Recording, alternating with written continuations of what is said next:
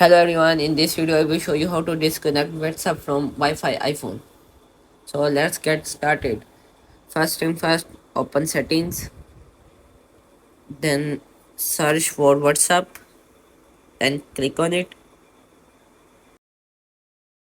and then turn local network off, then close this app, then go to WhatsApp, then go to bottom right corner settings, then go to storage and data, then click on proxy section.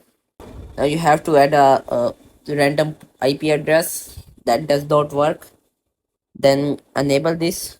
The idea is it will try to connect to this IP address, but the proxy is wrong.